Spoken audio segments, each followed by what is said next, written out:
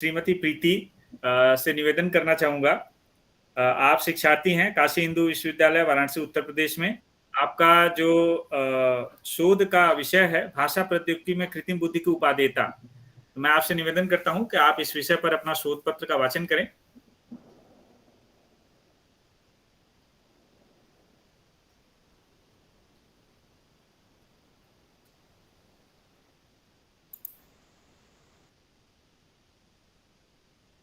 धन्यवाद सर, हमें अवसर देने के लिए। भाषा प्रौद्योगिकी कुशलता विकास एवं रोजगार के अवसर नामक संगोष्ठी पर आज के कार्यक्रम के अध्यक्ष सरल सहज स्वभाव के धनी परम आदरणीय डॉक्टर सी जयशंकर बाबू जी, जो कि पांडिचेरी विश्वविद्यालय के हिंदी विभाग के अध्यक्ष हैं, और कार्यक्रम के संचालनकर्ता परम आदरणीय श्री उमेश कुमार प्रजापति जी एवं कार्यशाला में उपस्थित सभी महानुभावों का हम सादर स्वागत एवं अभिनंदन करते हैं। आज के राष्ट्रीय संगोष्ठी के अवसर पर हमारे शोध पत्र का विषय है भाषा प्रौद्योगिकी में कृत्रिम मेधा की उपादेयता।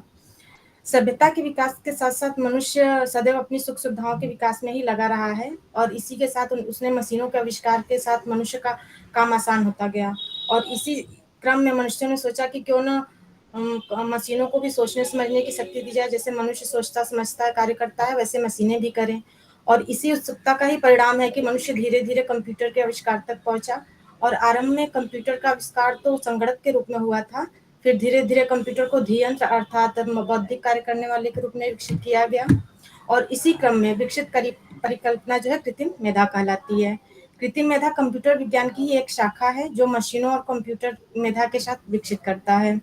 कंप्यूटर में सोचने की क्षमता विकसित करने वाले ज्ञान की शाखा को ही हम कृत्रिम मेधा कहते हैं, जिन्हें की संक्षेप में हम एआई अर्थात आर्टिफिशियल इंटेलिजेंस कहते हैं।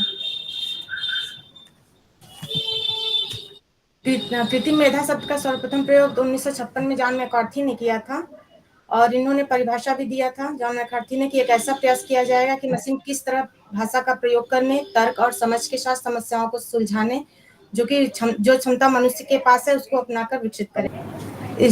स्टुअर्ट रसेल था पीटर नॉर्विन ने भी कृत्रिम मेधा की 8 परिभाषा प्रस्तुत की थी, जिनको 4 वर्गों में विभाजित किया था कि मनुष्य कंप्यूटर प्रणालियां जो मनुष्य जैसा व्यवहार करती हैं, और कंप्यूटर प्रणालियां तर्क संगत व्यवहार करती हैं।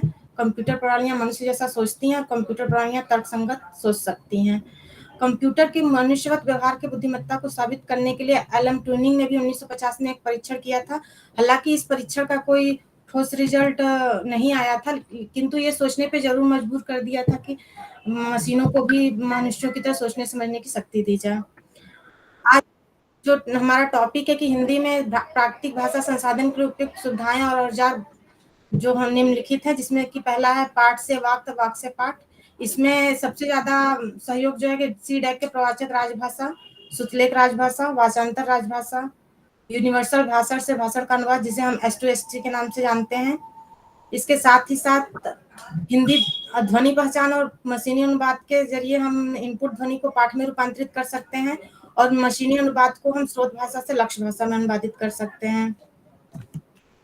देवनागरी के विकास के लिए ओसियार डैक ने हिंदी के लिए चित्रांकन, गूगल ओशियार, गूगल लेंस, ओशियार यूनिकोड जिसमें कि UTF-8 और खोज इंजन अलग अलग विषयों के लिए अलग अलग है, लेकिन तो हमारी हिंदी के लिए विशेष रूप से रफ्तार, हिंखोज, सीफी, खोजी इत्यादि ऐसे हैं जो कि विशेष रूप से हिंदी के को आगे बढ़ाने में मदद कर रहे हैं। और निष्कर्ष के रूप में सर, आज के समय में भारतीय भाषाओं की समझ, अनुवाद, पहचान, संवाद जैसे क्षेत्रों में क्रांति आ रही है। कंप्यूटर को हमारी भाषाओं को समझने तथा उस पर कार्य करने की क्षमता प्रदान कर रहे हैं।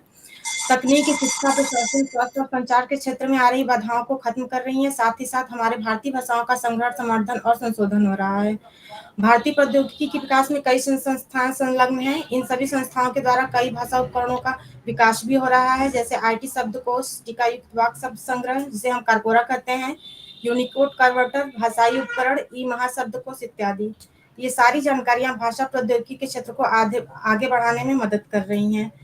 और शोध पत्र पर अपने वाचन को हम यहीं पर विराम देते हैं। जी, बहुत बहुत धन्यवाद। आपने वास्तव में AI के माध्यम से, कृत्रिम मेधा के माध्यम से भाषा के क्षेत्र में जो जो प्रयोग हो रहे हैं, चाहे वो सरकारी प्रयोग हों, चाहे अन्य प्रकार के जो प्रयोग हैं, उस पे अपने PPT के माध्यम से आपने प्रकाश डाला। आपका आभार।